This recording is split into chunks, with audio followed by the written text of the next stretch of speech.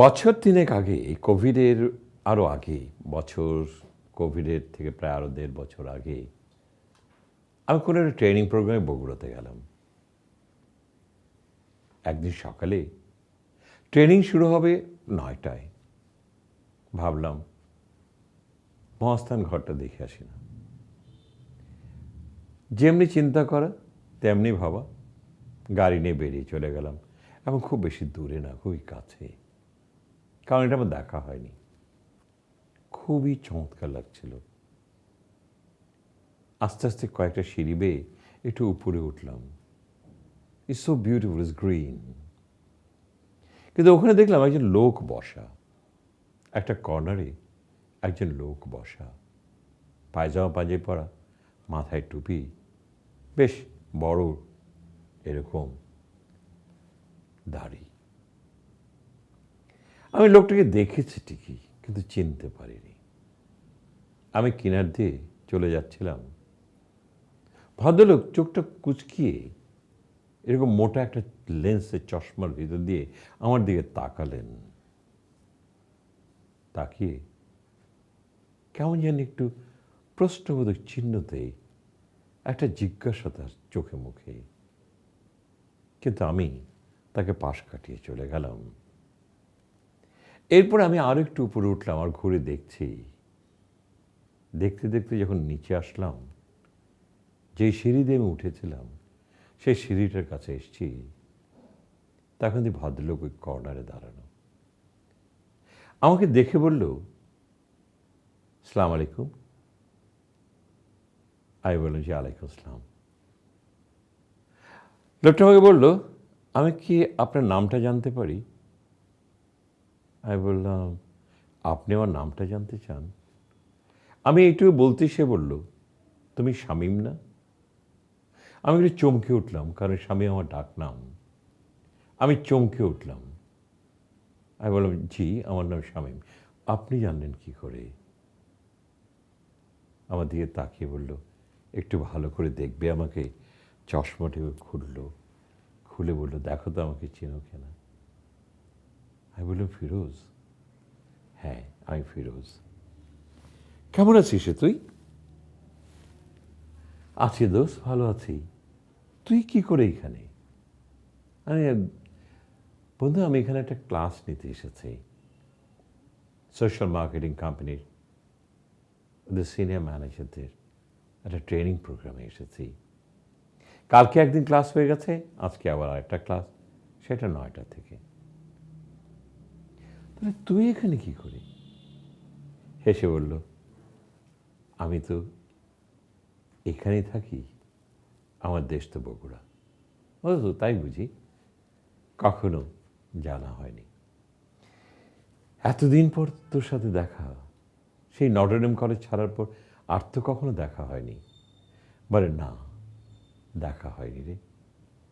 কেমন আছিস বল? আচ্ছা, মনে আছে আমরা দুজনেই পাশাপাশি বসতাম, তুই আমার পিছনে বসতি। বলে, হ্যাঁ আমার সব স্পষ্ট মনে আছে। তুই আমার সামনে দুজন চলে গেলি, তখন না আমি বারবার চিন্তা করছিলাম, লোকটাকে আমি চিনি। আমি বহু চেষ্টা করে বের করেছি, এটা মনে হয় আমাদের ক্লাসের শেষ শামীম। আমি ওকে জড়িয়ে ধরলাম, সেও আমাকে জড়িয়ে ধরলো। তাকে দেখলাম ওর চোখে পানি। আমি, কী ব্যাপার, খুব ইমোশনাল হয়ে গেছিস? বলে, তুই চিন্তা করেছিস কত বছর পর তোর সাথে দেখা? আমি বলছি, হ্যাঁ অ্যাবাউট 44-45 ইয়ার্স।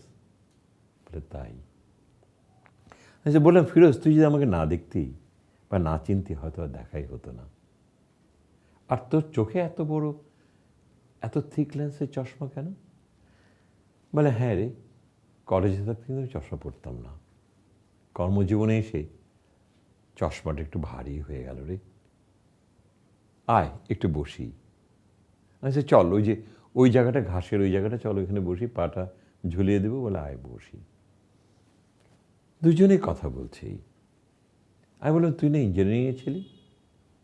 বলে, হ্যাঁ আমি তো ইঞ্জিনিয়ার ছিলাম রে, এবং আমি একটা বাংলাদেশ সরকারের বড় উচ্চ পদস্থ কর্মচারী কিন্তু আমি হয়েছিলাম। আমি যে, হ্যাঁ আমি অনেকটা শুনেছি রে ফিরোজ, যে তুই খুব ভালো পজিশনে আছিস। এখন কেমন আছিস? এখন কেমন আছিস মানে? আমি জিজ্ঞেস করলাম, না তুই এখন কেমন আছিস? আগে তো তুই অনেক ভালো ছিলি। হ্যাঁ, আমি আগে খুব ভালো ছিলাম রে, তবে এখন আমি ভালো নেই। কেন? না রে, এখন আর ভালো নেই রে। কেন? কেন ভালো নেই? তাও কি তুই কি কোনো অসুস্থ? হ্যাঁ, ডায়াবেটিস আছে, হাই ব্লাড প্রেশার, কিডনিতেও একটু প্রবলেম হয়, তাই বুঝি? হ্যাঁ, কিডনি তো বলছে এদিকে পাথর হয়েছে। এখন জানিস আমি ভালো নেই একটি মাত্র কারণেই, যে কোনো দিন পৃথিবী ছেড়ে চলে যাব। আমি বলছি, ওটা নিয়ে কি ভাবার কিছু আছে রে? ডায়াবেটিস হয়েছে তুই কী হয়েছে, তুই কন্ট্রোলে রাখ। আরে কন্ট্রোলে তো আমি রাখছি সবই, কিন্তু প্রশ্ন হচ্ছে আমি তো ওপারে চলে যাব। আমি হেসে বললাম, ওপরে তো সবাই যাবে। হ্যাঁ স্বামী, সবাই যাবে, কিন্তু জানিস আমি মুসলমান হিসেবে একটা জিনিস মনে করি, আমি আমার কি আমল নিয়ে গেলাম রে? তোরা যারা, তুই তো এখন মনে হয় মাস্টারি করিস, আর সেটা তুই জানিস। বলে হ্যাঁ, আমার সাথে কিন্তু ইয়ের দেখা হয়েছিল, এবং তুই খুব ভালো আছিস। না ঠিক আছে, তো উপরে তো সবাই যাবে, এটা নেই যে কি তুই কি খুব মনক্ষুণ্ণ বা অস্থির আছিস নাকি? মনক্ষুণ্ণ কতটা আছিস সেটা জানি না, তবে জানিস অনেক অস্থির আছি। জীবনে কি সুখ পেয়েছি সেটা জানি না, তবে কতটা অন্যায় করেছি সেটা কিন্তু ঠিকই জানি। কেন, কি অন্যায় করেছিস তুই? শোন, আমি ঢাকাতে 2টা বাড়ি করেছি, বগুড়াতে আমি প্রায় 5 তলা একটা বাড়ি করেছি, 6 তলাতে আমি একটা বাগান বানিয়েছি, যেটাকে ছাদ বাগান বলে, সেটা করেছি আমি। কিন্তু জানিস আমার গাড়ি আছে, আমার 2টা ছেলে মেয়ে আছে, 2টো ছেলে 1টা মেয়ে, কিন্তু আমার কি সুখ আছে রে? ঢাকার বাড়িগুলি কি করেছিস? ভাড়া দিয়ে রেখেছে। কোথায় সেগুলো? একটা আছে গুলশানে, আর আরেকটা বাড়িধারা। তো ভালো, এগুলি কয়তলা করে? সবগুলি 6 তলা, সবগুলি ভাড়া দিয়েছে। তাহলে তো তুই ভালোই আছিস, ভালো টাকা পাচ্ছিস, তারপরে তো এত চিন্তা কি করার আছে? শামীম, টাকা কিন্তু আমি উপার্জন করিনি, টাকা আমি কুড়িয়েছি। মানে? টাকা উপার্জন করিসনি, টাকা কুড়িয়েছিস মানে? হ্যাঁ রে, সেটাই আমার চিন্তার বিষয়, সেটা নিয়ে সারাক্ষণ ভাবনায় থাকি। সকাল হলে এই মস্তান ঘরে আসি, 12টা 1টা পর্যন্ত আমি এখানেই থাকি, এরপরে আমি মসজিদে চলে যাই। আমি শুধু এখন ওই একটা দিনই কাটাচ্ছি। কি দিন কাটাচ্ছিস তুই? আমি শুধু একটা জিনিসই চিন্তা করছি, কি আমল নামা নিয়ে আমি যাবো পারি। মানে কি, কি বলতে চাইছিস? আচ্ছা ফিরোজ, তুই তো একটা নামাজি ছিলি না রে? তুই না ক্যান্টিনের পিছনে নামাজ পড়তি? আমি বরাবরই নামাজ পড়তাম রে। তুই জানিস আমার যেদিন থেকে আমার নামাজের প্রতি ইয়ে হয়েছে, মানে আমি জানি না এটাকে কি বলবো, যে সময় হয়েছে এই সময়তে নামাজ পড়তে হবে, আমি তখন থেকে নামাজ পড়ি, এবং আমি খুব কমই কাজা করেছি জানিস। হ্যাঁ, আমার মনে আছে টেবিল টেনিস খেলতে যেয়ে তুই মাঝে মাঝে নামাজ পড়ে নিতি, তোর এটা মনে আছে? স্পষ্ট মনে আছে। কিন্তু জানিস আমি নামাজ পড়েছি ঠিকই, আমল করিনি। কি বলিস তুই, কি হয়েছে তোর? ওই যে তোকে বললাম উপার্জন করিনি, কুড়িয়েছি। জানিস তুই আমার অনেক ছোটকালের বন্ধু, আমরা একসাথেই কিন্তু পুরো নর্ডম কলেজে একসাথে থাকতাম। আজকে আমি কাপুরুষ। কি বলছিস? আমি আজকে কাপুরুষ জানিস, আমার কোনো অস্তিত্ব নেই। কেন রে, কি কারণে কথাগুলি তুই বলছিস? শামীম, আমি যে কোনো দিন হয়তো আমার মৃত্যুর ঘণ্টা বাজবে, কিন্তু কি নিয়ে গেলাম আমি, কি নিয়ে চলে যাচ্ছি, কি আমল নিয়ে গেলাম রে, সেটাই সারাক্ষণ চিন্তা করি। তো এই পথে আসলে কি করে? ও, ভালো কথাই প্রশ্ন করেছিস। আমি তো এরকম মানুষ ছিলাম না। প্রথম জীবনে আমি কিন্তু খুব অত্যন্ত সততার সহিত কাজ করেছি। অসৎ হলি কবে? বিয়ের পর। মানে বিয়ের পরই আমি আস্তে আস্তে অসৎ হতে থাকলাম। কেন? বিয়ের সাথে সৎ এবং অসতের পাল্লাটা কোথায় রে? আমি জানি না তোর বউ কিরকম, কিন্তু আমার জীবনের সবচেয়ে বড় কলঙ্ক হচ্ছে আমার ওয়াইফ। কেন? দেখ, তুই এসছিস সেখানে বেড়াতে, একটু পর ক্লাসে যাবি, এখন আমি তোকে এগুলি শোনাবো। আমি সে না ফিরোজ, আমার শুনতে ইচ্ছা করে। তুই বলবি এখনো অনেক সময় আছে, মাত্র 7:30 বাজে। শোন, আমি ওয়াইফকে, আমার যখন বিয়ে হলো ওয়াইফকে আনলাম, আমি বললাম আমি কিন্তু সৎভাবে চলতে চাই। সে বলল তুমি সৎ থাকো, কিন্তু আমি অভাব অনটন সইতে পারবো না। আমি বললাম মানে?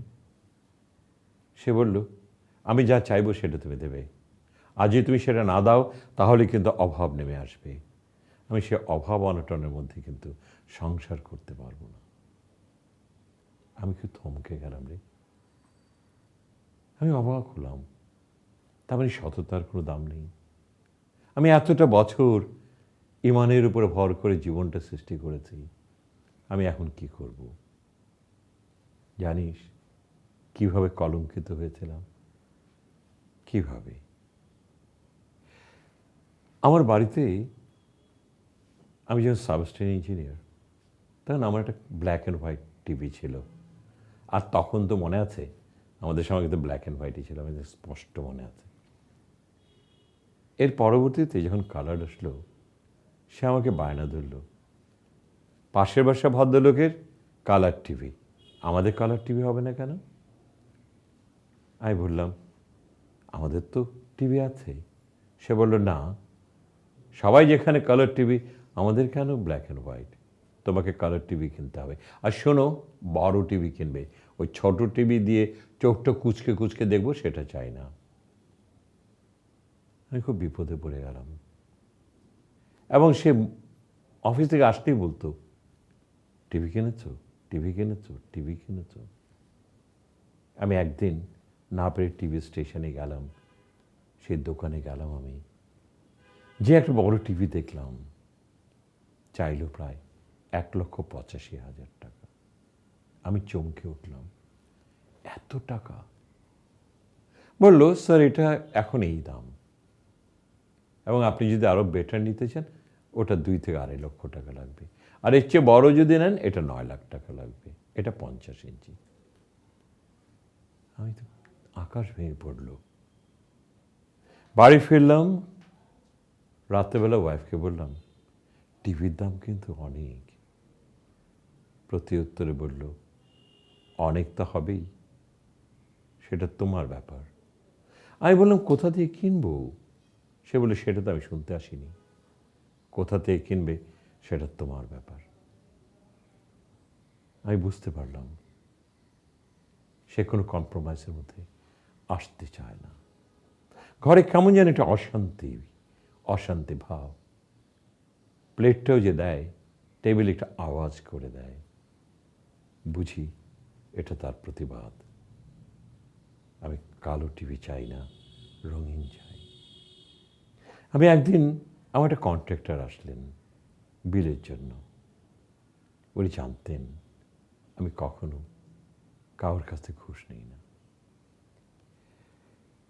আমি কি কারণেই জানি ভট করে বলে বসলাম, জানেন আমার একটা কালার টিভি কিনতে হবে। কন্ট্রাক্টর হেসে দিয়ে বলল কত ইঞ্চি স্যার? আমি সে বড় একটা কিনবো। ও তাই বুঝি স্যার, বড় কিনবেন? কোনো ব্র্যান্ড চয়েস করেছেন? আমি বলছি হ্যাঁ সনি ব্রেভিয়া, কিন্তু অনেক দাম, জানি না কি হবে। ভদ্রলোক কিছুই বললেন না, শুনে চলে গেলেন। আমি সারাদিন অফিস করলাম, মাথার ভিতরে একটাই চিন্তা, এখনই তো বাসায় গেলেই আমার ওয়াইফ বলবে টিভি এনেছ। বিষণ্ণ চেহারায় বাড়ি ফিরলাম। ঘরে ঢুকতেই দেখি আমার ওয়াইফ একটু হাসি খুশি, আসো আসো আসো মুখ হাত ধো। মানি কি ব্যাপার? বলে না কিছু না, তোমার জন্য একটা সারপ্রাইজ আছে। আমার জন্য সারপ্রাইজ? কি সারপ্রাইজ? আমি ভেবেছি হয়তো আমার পছন্দের কোনো খাবার সে রান্না করেছে। আমি মুখ হাত ধুয়ে টেবিলে আসলাম, সে আমাকে চা বিস্কিট এবং আমার খুব ফেভারিট চানাচুর সেটাও দিয়েছে। আমার খাওয়া হয়ে গেল, দেখলাম আমার গায়ের উপর হাত রাখছে, খুশি। আমি বললাম ব্যাপার কি? আমি ওর মুখের দিকে তাকালাম, দেখলাম হাস্যোজ্জ্বল একটা মুখ। আসো এখন আসো, ড্রয়িং রুমে আসো। ড্রয়িং রুমে যেয়ে দেখি বিশাল এক কালার টিভি। আমি চমকে উঠলাম, এই টিভি কোত্থেকে তুমি পেয়েছো? কেন? তুমি না সুভাষ সাহেবকে বলেছ টিভি কিনে দিতে? সুভাষ? কোন সুভাষ? উনি বললেন তোমাদের এখানে কন্ট্রাক্টরি করে। আমি বুঝতে পারলাম সকালে যে সুভাষ এসেছিলেন সেই সুভাষের কাছে আমি কথা বলেছিলাম। তার মানে সুভাষ আমাকে হাত করে গেল। আমি কলঙ্কিত হলাম, আমার মুখটা থুবড়ে পড়ল। আমি দেখলাম ওর টিভিটা ছেড়ে দিয়ে রিমোট এসে চ্যানেলগুলি দেখছে। দেখেছো দেখেছো কত চমৎকার ছবি। আমি আর কিছুই বললাম না, আমি যে বিছনায় শুয়ে পড়লাম। আমি কি করব কিছুই বুঝতে পারছি না। আমি সুভাষকে ফোন করব কি করব না সেটা বুঝতে পারছি না। আমি আমি হতভম্ব হয়ে গেলাম। আমি কলঙ্কিত মানুষ শামীম। আমি সেদিন মনে হয়েছিল আমার জীবনে যে অস্তিত্ব আছে ভেঙে চুরমার হয়ে গেল। আমি আর ড্রয়িং রুমে আর ঢুকলাম না। পরের দিন অফিসে গেলাম, সুভাষ আসলেন। আমি তার দিকে তাকিয়ে আছি। সুভাষ আপনি এটা কী করেছেন? সুভাষ হাত দুটা এরকম করে বলে, স্যার ক্ষমা করবেন, আমি শুধু আপনার ইচ্ছাটা পূরণ করেছি স্যার, আর তেমন কিছু না, আপনি অন্য কিছু মনে নেবেন না। এমন সুভাষ, আমার জীবনের সবচেয়ে বড় কলঙ্কটা আজকে আপনি মেখে দিলেন। না স্যার, আপনি খারাপভাবে নেবেন না স্যার, আমি তো অনেক প্রফিট করি, আপনাকে কখনই কিছু দিতে পারি না, তাই এবার সুযোগে দিয়ে দিলাম। ভাবি কিন্তু অনেক খুশি হয়েছে, প্রচণ্ড খুশি হয়েছে। দোকান থেকে মিষ্টি এনে আমাকে মিষ্টিও খাইয়েছে স্যার। ভাবির দিকটা তো দেখবেন স্যার। এখন চিন্তা করছি টিভিটা তো ফেরতও দেওয়া যাবে না। যাই হোক, সুভাষ চলে গেল। এইভাবেই আমার ওয়াইফ একটার পর একটা বায়না ধরা শুরু করলো। আমার ওই অলংকার চাই, আমার ওই বাড়ি চাই, আমার ওই গাড়ি চাই। আস্তে আস্তে আমি পলিউটেড হতে থাকলাম। আমি এখন সরাসরি পার্সেন্টেজ চাওয়া শুরু করলাম। বড় চাকরিতে পদোন্নতি হলো, যতই বেশি পদোন্নতি হয় আমার শেয়ার এবং চাওয়াটা কিন্তু বেড়ে যেতে লাগলো, এবং সবাইও দিতেও লাগলো, আমিও নিতে থাকলাম। আজকে ঢাকাতে 2টো বাড়ি, বগুড়াতে 5তলা বাড়ি, 6তলাতে বাগান। কিন্তু এখন যখন আমি নামাজ পড়তে যাই তখন জানামাজের মধ্যে আমার প্রথমে প্রশ্ন আসে যে উজুটা আমি করেছি সে উজুটা আমার সঠিক কিনা, কারণ আমার ভিতর তো কলঙ্কিত, অপবিত্র। শামীম, আমার প্রতিটা শরীরের রক্তগুলো সম্পূর্ণ হারামে গড়া। আমার 2টা সন্তান এবং একটা মেয়ে, 2টো ছেলে একটা মেয়ে, দুটোই কিন্তু আমি হারামে মানুষ করেছি। জানো শামীম, এখন আমাকে নিয়ে সবাই উপহাস করে। আমাকে অনেকে বলে আমি নাকি ঘুষখোর। হ্যাঁ, আমি ঘুষখোর। এখন রিটায়ার করেছি। নামাজ পড়তে যাই, যখন কোনো হাদিস পড়ি তখন নিজেকে নিজে প্রশ্ন করি ওই হাদিস থেকে কতটা দূরে আমি, কতটা অপবিত্র আমি যখন ভাবি আমার কাফন হবে, আমি তখন কোন কাফন পরে যাব স্বামী? কি কাফন পরে যাব আমি? ওই হারামের টাকা উপার্জিত যে টাকাটুকু বাসায় আছে, সেটা দিয়ে মনে আমার কাফন কেনা হবে স্বামী। হয়তোবা গোরস্থানে, যদিও পারিবারিক কবরস্থান, ওই বাঁশ, ওই চাটাই, ওগুলো সে আমার হারামের কামাই পরিশোধ হবে। যেন এর বাইরে আমি আর কোনো কিছুই চিন্তা করতে পারি না। আমি কি আমল নামা নিয়ে গেলাম, কি নিয়ে যাচ্ছি আমি? যে সৃষ্টিকর্তাকে খুশি করার জন্য কখনো কাজা পড়িনি আমি, আজকে ওই সৃষ্টিকর্তার কাছে আমি ফিরে যাব। আমি কি নিয়ে যাব, কি আমলটা নিয়ে যাব শামীম? আমার ওয়াইফ বলে, জীবনে যদি মুরাদ না থাকে তাহলে বিয়ে করবে না। কথাগুলো এখন কিন্তু শুনি, বারবার আমার কানে পদধ্বনিত হয়। আমি শুধু ভাবতেই থাকি এই উচ্চারিত এই শব্দগুলো, কিন্তু কেউ কোনো একবারও চিন্তা করে দেখলো না মৃত্যুর আগেই আমাদের কি করা উচিত এবং কীভাবে চলা উচিত। আজকে আমি কি নিয়ে ওপারে যাব? অনেকে বলে আমরা যারা ঘুষখোর, আমরা যারা খারাপ কাজ করেছি, আমরা নামাজ পড়ি দুটো কারণে। আমি চমকে উঠলাম, দুটো কারণে মানে কি? ও ও তুমি তো আবার এগুলি বুঝবে না। একটা হচ্ছে ওই আগে যে পাপগুলো করেছি এগুলির থেকে মুক্তি চাই, সেই কারণে নামাজ পড়ি। আর দ্বিতীয়টা হচ্ছে যেন আল্লাহ যেন আমাকে বেহেশটা দিয়ে দেয়। এটা যখন ভাবি আর মুচকি মুচকি হাসি, বেহেশত পাওয়াটাকে এত সহজ। জানো শামীম, আমার মেয়েকে বিয়ে দিয়েছিলাম, 2 মাসও টিকেনি, বিয়েটা ভেঙে গেল। মেয়েটা এখন কারোর সঙ্গে খুব একটা মিশে না। আমি বুঝতে পারি আমার পাপের প্রায়শ্চিত্ত কি। আমার ছোট ছেলেটা অটিস্টিক। কি বলছো? আমার ছোট ছেলেটা অটিস্টিক? বলো কি, কোথায় রেখেছ? আমার সাথেই আছে। কখনো কখনো খেতে বসলে এক ইয়ে দিয়ে টেবিলটা উল্টিয়ে দেয়, সব খাবার তছনছ হয়ে যায়, আর ও দূরে দাঁড়িয়ে মুচকি মুচকি হাসে।